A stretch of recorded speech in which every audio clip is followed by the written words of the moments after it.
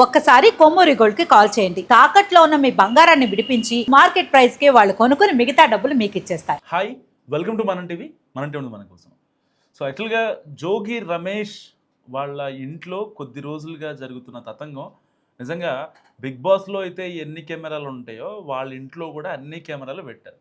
So ప్రతి corner నుంచి ఒక విజువల్ తీసుకోవటం, ఒక బయట రికార్డ్ చేయడం, అండ్ నిజంగా వాళ్ళ ఇంట్లో జరిగేది దేశవ్యాప్తంగా కావచ్చు, ప్రపంచవ్యాప్తంగా మన తెలుగు వాళ్ళు ఎక్కడైతే ఉంటారో, సో ఇలాంటి వాళ్ళ ఇంట్లో కూడా మాజీ మంత్రులు, మాజీ ఎమ్మెల్యేలు వాళ్ళ ఇంట్లో కూడా ఇంత దారుణంగా ఉంటుందా, ఇంట్లో వాళ్ళకి చెప్పుకోలేం పరిస్థితి అని చెప్పి చాలామంది మాట్లాడుకుంటున్నారు. నిజంగా ఇన్ని రోజులుగా వాళ్ళ పర్సనల్ మ్యాటర్స్ మనకెందుకులే అని చెప్పి నేను ఈ వీడియోని స్కిప్ చేయడం జరిగింది. ఇప్పటిదాకా మనం టీవీ వేదిక కావచ్చు అండ్ నా ఛానల్లో మనో స్టాక్స్లో కావచ్చు ఎలాంటి వీడియో కూడా దీని గురించి చేయలేదు. కానీ కొన్ని రీజన్స్ బాధితురాల తరపున ఉండాలని చెప్పి గట్టిగా మాట్లాడటంతో సో అందుకోసం ఈ వీడియో చేయాల్సి వచ్చింది. వాస్తవానికి ఎప్పుడైతే ఆ అమ్మాయిని 3 సార్లు చంపాలి అనుకున్నారో అండ్ అంతేకాకుండా ఆ అమ్మాయిని ఎక్స్ట్రా డౌరీ కోసం ఏదైతే ఆ హెరాస్మెంట్ చేశారో అండ్ దాని తర్వాత ఏదైతే ఆవిడ పూజ చేసుకుంటే ఒక శుక్రవారం పూట అయితే ఆ అగరబత్తుల స్మెల్ అయితే ఉంటుందో దానికోసం ఈ యొక్క జోగి రమేష్ అండ్ వాళ్ళ భార్య వాళ్ళ ఇంట్లో వాళ్ళు సో ఇక్కడ ఆ అగరబత్తీలు స్మెల్ చూస్తుంటే మాకు ఒక 7 దగ్గర ఉన్న ఫ్లేవర్ వస్తుంది, ఆ స్మెల్ వస్తుంది, ఎందుకు ఇలాంటి అని చెప్పి మాట్లాడారంట. సో దానికంటే ఎవరైనా సరే వాళ్ళు నమ్మే మతాన్ని, ఆ దేవుణ్ణి గౌరవించడం అంటే మనకున్న ఒక ఇంగిత జ్ఞానం కాకుండా రాజ్యాంగం తరపున మనకి ఎవరికి నచ్చిన మతాన్ని వాళ్ళు ఆచరించడం అనేది రాజ్యాంగం తరపున డాక్టర్ బిఆర్ అంబేద్కర్ గారు ఇచ్చిన హక్కు. దాంట్లో ఎలాంటి భిన్నాభిప్రాయం లేదు.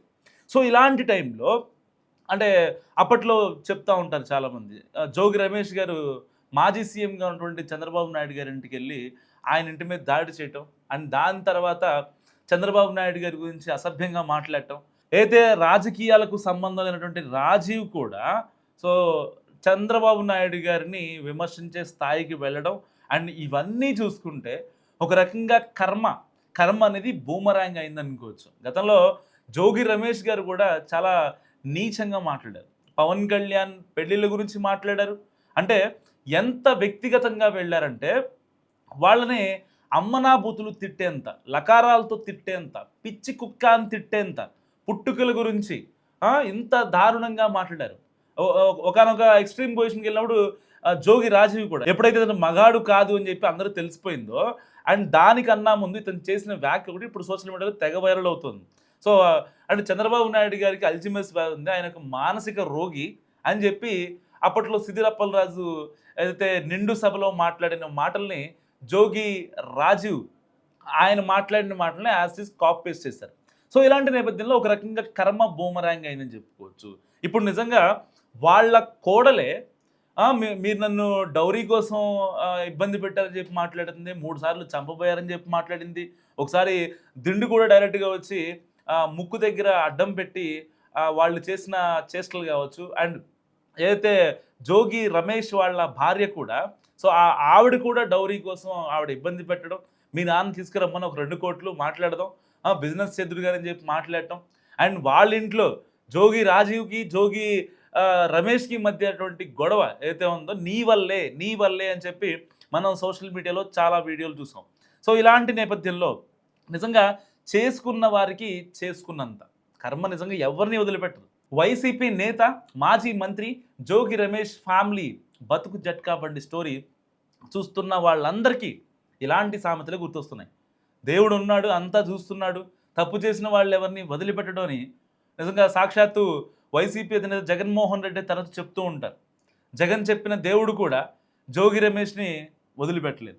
అధికారంలో ఉండగా ముఖ్యమంత్రి చంద్రబాబు, ఉప ముఖ్యమంత్రి పవన్ కళ్యాణ్తో పాటు వాళ్ళ కుటుంబ సభ్యులపై అత్యంత నీచమైన వ్యాఖ్యలు చేసిన జోగి రమేష్ ప్రస్తుతం నలుగురికి మొహం చూపించుకోలేకపోతున్నారు. అప్పట్లో ప్రతిపక్ష నాయకుడిగా ఉన్న టీడీపీ అధినేత చంద్రబాబు ఇంటి మీద దాడి చేసిన ఘటనలో కానీ అని నోటుకొచ్చినట్టు తిట్టిన బూతులు కానీ జోగి రమేష్ మీద చట్టం ఇంతవరకు ఎలాంటి యాక్షన్ తీసుకోలేదు. కానీ బెజవాడ దుర్గమ్మ శాపం జోగి ఫ్యామిలీకి చాలా గట్టిగానే తగిలినట్టు కనిపిస్తుంది. నకిలీ మద్యం తయారు చేయించి ఆ వ్యవహారాన్ని కూటమి ప్రభుత్వం మీదకు తోసేయడానికి కుట్రలు చేసిన జోగి రమేష్ ఆ కేసులో అడ్డంగా దొరికిపోయిన విషయం తెలిసిందే మనందరికీ. అయినా తన తప్పు లేదని అందరినీ నమ్మించడానికి నమ్మకం లేకపోయినా అమ్మవారి ముందు హారతి వెలిగించి వేరే లెవెల్లో జోగి రమేష్ చేసిన యాక్షన్కి ఇప్పుడు ఫ్యామిలీ మొత్తం ఫలితం అనుభవిస్తున్న నేపథ్యం. అండ్ ముఖ్యమంత్రి చంద్రబాబుని రోగి అని కామెంట్ చేసిన జోగి రమేష్ కొడుకు జోగి రాజీవ్కి చెప్పుకోలేని రోగాలు ఉన్నాయని కూడా కట్టుకున్న భార్య దుమ్మెత్తిపోస్తోంది. ఎన్ని పాపాలు చేస్తుంటే ఇలాంటి రోగాలు వస్తాయని పెద్ద కోడలు మేఘన నిలదీస్తుందంటే ఆమెని ఎంతగా హింసించాలో అర్థమవుతుంది. అధికారం ఉందని జగన్ సపోర్ట్ చేస్తున్నాడని ఇష్టం వచ్చినట్లు రెచ్చిపోయిన జోగి అండ్ సన్స్ ఇప్పుడు 2 తెలుగు రాష్ట్రాల్లో ఒక మీన్ కంటెంట్గా మారిపోయారు. జోగి కుటుంబ కథా చిత్రం చూసిన తర్వాత దేవుడు ఉన్నాడు, అన్నీ చూస్తున్నాడు, ఎవరిని వదిలిపెట్టడని ప్రతి ఒక్కరికి నిజంగా నమ్మక తప్పదు. అంటే మనం అధికారంలో ఉన్నాం కాబట్టి ఇప్పుడు ఎలా పడితే అలా మాట్లాడి నీచ రాజకీయాలు చేసి శవ రాజకీయాలు చేసి లేదంటే నమ్మకోలేని చోట అమ్మవారి దగ్గరికి వెళ్ళి చేసినవన్నీ చేసి నా నిబద్ధత నా ఆత్మగౌరవం నేనున్న విధానం చూడండి అంటూ కూడా జోగి రమేష్ బెజవాడ కనకదుర్గమ్మ అమ్మవారి టెంపుల్ దగ్గరికి వెళ్ళి చేతిలో హారతి పట్టుకొని మరి ఎంత ఓవర్ యాక్షన్ చేశాడో మనం అందరం చూసాం. సో ఇలాంటి నేపథ్యంలో మరి జగన్మోహన్ రెడ్డి గారు ఎవరికి సపోర్ట్ చేస్తారు? గత కొద్ది రోజులుగా జోగి వారంట ఫ్యామిలీ కథా చిత్రం గట్టిగా నడుస్తుంది. సో ఇలాంటి నేపథ్యంలో ఈవెన్ జోగి రాజీవ్ ఒప్పుకున్నాడు. సో ఐ కాంట్ అని చెప్పి, సో అర్థం చేసుకోండి ఇంకా ఐ కాంట్ అంటే ఏంటో. ఒక మగాడు ఐ కాంట్ అని చెప్పి దేనికి అంటాడో సో అదనమాట. దాని గురించి ఇప్పుడు అతని వ్యవహారం గురించి రాష్ట్ర వ్యాప్తంగా చర్చ జరుగుతున్న నేపథ్యంలో ఇప్పుడు జగన్మోహన్ రెడ్డి గారు ఎవరిని పరామర్శిస్తారు? ఇప్పుడు వాళ్ళ కోడలు ఎవరైతే ఉందో ఆవిడ ఆల్రెడీ కేసు వాపసు తీసుకోవడానికి రెడీగా ఉంది. అండ్ వీళ్ళు మాట్లాడి దీన్ని సెటిల్మెంట్ చేద్దామని చూశారు. అండ్ దాని తర్వాత ఎవరైతే వాళ్ళ ఫ్యామిలీ ఆ సూర్యాపేట నుంచి వచ్చిన ఫ్యామిలీ మొత్తం కూడా విజయవాడలోని జోగి రమేష్ ఇంట్లో ఉండిన తర్వాత వాళ్ళందరూ మాట్లాడుకున్నారు. చాలా పెద్ద పెద్ద గొడవలు అయ్యాయి, అవన్నీ మీరు చూశారు. కానీ ఇప్పుడు ఇలాంటి నేపథ్యంలో మరి జగన్మోహన్ రెడ్డి గారు బాధితుల తరపున ఉంటారా, ఎవరి తరపున ఉంటారు? ఎక్యూజ్డ్ తరపున ఉంటారా, విక్టిమ్స్ తరపున ఉంటారా? మస్ట్గా కామెంట్ చేయండి. అండ్ వాళ్ళ ఆవిడ ఎవరైతే జోగి రమేష్ కోడలు ఎవరైతే ఉన్నారో రాజీవ్ వాళ్ళ భార్య, ఆవిడ ఒకటే చెప్తున్నారు, నా గొంతు కోసారు కాబట్టి సో అందరి ముందు ఎవరైతే అంగరంగ వైభవంగా మా పెళ్లి చేశారు చాలామందిని పిలిచి, ఈవెన్ జగన్మోహన్ రెడ్డి గారు కూడా వెళ్ళి వాళ్ళని నూతన వధూవరులను అప్పుడు ఆశీర్వదించడం జరిగింది. సో ఇలాంటి నేపథ్యంలో వాళ్ళందరికీ ముందు తప్పు నాది కాదు, తప్పు మా కుర్రోడిది అని చెప్పి మాట్లాడండి. దాని తర్వాత నేను ఇంక మిమ్మల్ని ఎలాంటి ఇబ్బంది పెట్టను, మీరు చేసిన తప్పు, మీరు నా దగ్గర చాలా విషయాలు దాచారు, అందుకే నేను కేసు పెట్టాను, లేదంటే పెట్టేదాన్ని కాదు, నేను బయటికి రావాల్సిన అవసరం కూడా లేదు అని చెప్పి ఆవిడ కుండ బద్దలు కొట్టినట్టు మాట్లాడిన పరిస్థితి. సో ఈ ఎంటైర్ ఎపిసోడ్లో ఇక్కడ తప్పెవరిది? అతనికి మగతనం లేదని చెప్పి నిందించిన భార్యదా, లేదంటే నేను నిన్ను సుఖపెట్టలేను, నీకు విడాకులు ఇవ్వను పో అని చెప్పిన జోగి రాజీవ్దా, ఒక 4-5 అంకుల్స్ని తీసుకొచ్చి జోగి రాజీవ్ మనసు మార్చి మరి ఈ పెళ్లి చేసినటువంటి జోగి రమేష్దా? సో ఇంత జరుగుతున్నా సరే అదనపు కట్నం కోసం ఆ అమ్మాయిని వేధించి ఇంత దూరం లాక్కొచ్చినటువంటి ఎంటైర్ జోగి ఫ్యామిలీదా? మరి ఈ ఎంటైర్ ఎపిసోడ్లో జగన్మోహన్ రెడ్డి గారు ఎవరికి సపోర్ట్గా ఉంటారు? మస్ట్ కామెంట్ చేయండి. నేను నిజమే చెప్తా, మీరు చేసిన తప్పు, మీరు చేశారు తప్పు, మీరు చేశారు తప్పు అయ్యే చెప్తా. ఆడి బాబుని ఆడ 3 అంకుల్ని పిలిపించి నన్ను కూర్చోబెట్టి నైట్ 3 గంటల వరకు కూర్చోబెట్టి బ్రెయిన్ వాష్ చేసి నాకు ఈమె ఫోటోలు చూపించా, నాకేమనిపించలేదు. అయినా సరే నేను నిజమే చెప్తా, మీరు చేసిన తప్పు, మీరు చేశారు తప్పు, మీరు చేశారు తప్పు అయ్యే చెప్తా. తీసుకొచ్చాను నేను అయిష్టంగానే వచ్చాను. నీది ఎట్లా మాట్లాడు ఫస్ట్? నువ్వు చెప్పమ్మా. ఫస్ట్ రోజు ఎట్లా మాట్లాడినా అది తెలియగా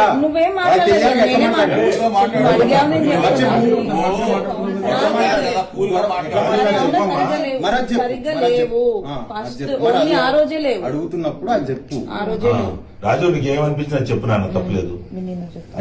అయిష్టంగానే వచ్చా. ఓకే. వచ్చిన తర్వాత వెళ్ళేటప్పుడు మళ్ళీ 7 లో ఆపి నన్ను 1 గంట కూర్చోబెట్టి మళ్ళీ అదే ఎవరైతే అంకుల్స్ ఎవరైతే వాళ్ళతో కూర్చో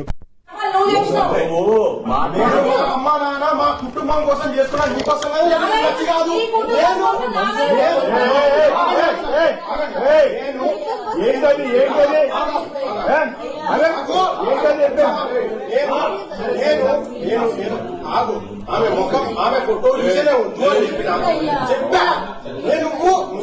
10 మందిని పిలిచి నన్ను బ్రెయిన్ వాష్ చేయించి తీసుకున్నా అక్కడికి. నువ్వు నీ వాళ్ళు ఇదంతా తప్పైనా నావే చేయి. తప్పైపోయిందా? తప్పైపోయింది. ఆయన వచ్చి ఏమైనా నడితే జాగ్రత్తగా మరి ఏది జరిగినా నాకు వాళ్ళ కూర్చో. జోగి రమేష్ గారి కోడల్ని మేఘనాథ్ తల్లిదండ్రులు మీరు అందరు కృష్ణ అందరి విజయలక్ష్మి గారు వాళ్ళ ఇంటి దగ్గర తోలిపోదానికి వచ్చిన తోలిపోతుంది. అది కూడా ఎప్పుడు దాకా గీత పడ్డాక నువ్వు ఎప్పుడు మేము వస్తాం మంచి జాగ్రత్త చూసుకో బయట మళ్ళీ మీరు వచ్చే సమస్య పరిష్కారం అయ్యేంత వరకు దానికి చిన్న గీత పడ్డ వాళ్ళదే బాధ్యత. ఎప్పటి వరకు అనేది నేను చెప్తా. ఎప్పటి వరకు అనేది చెప్పు. నేను వచ్చింది ఎందుకు అందరి ముందు తెలిసేటట్టు పెళ్లి చేసి 20 రోజులలో పంపించేసాడు కదా. నా తప్పేం లేకుండా నేను నా మీద బ్లేమ్ వేసుకోను. అర్థమైందా? నా తప్పేం లేకుండా నేను బ్లేమ్ వేసుకోను. పెళ్లి చేసి 2 రాష్ట్రాలకు తెలిసేటట్టు పెళ్లి చేసి పెళ్లి చేసి 20 రోజులలో పంపించారు. 20 రోజులలో పంపించారు. ఇచ్చేసుకోండి. నేను వచ్చిన తప్పు గురించి కాదు. దేని గురించి వచ్చిన అంటే చెప్తా. ఎప్పటి వరకు అనేది చెప్పు. నేను వచ్చింది ఎందుకు అందరి ముందు తెలిసేటట్టు పెళ్లి చేసి 20 రోజులలో పంపించేసాడు కదా. నా తప్పేం లేకుండా నేను నా మీద బ్లేమ్ వేసుకోను. అర్థమైందా? నేను బ్లేమ్ వేసుకోను. పెళ్లి చేసి 2 రాష్ట్రాలకు తెలిసేటట్టు పెళ్లి చేసి తీసుకెళ్ళి పెళ్లి చేసి 20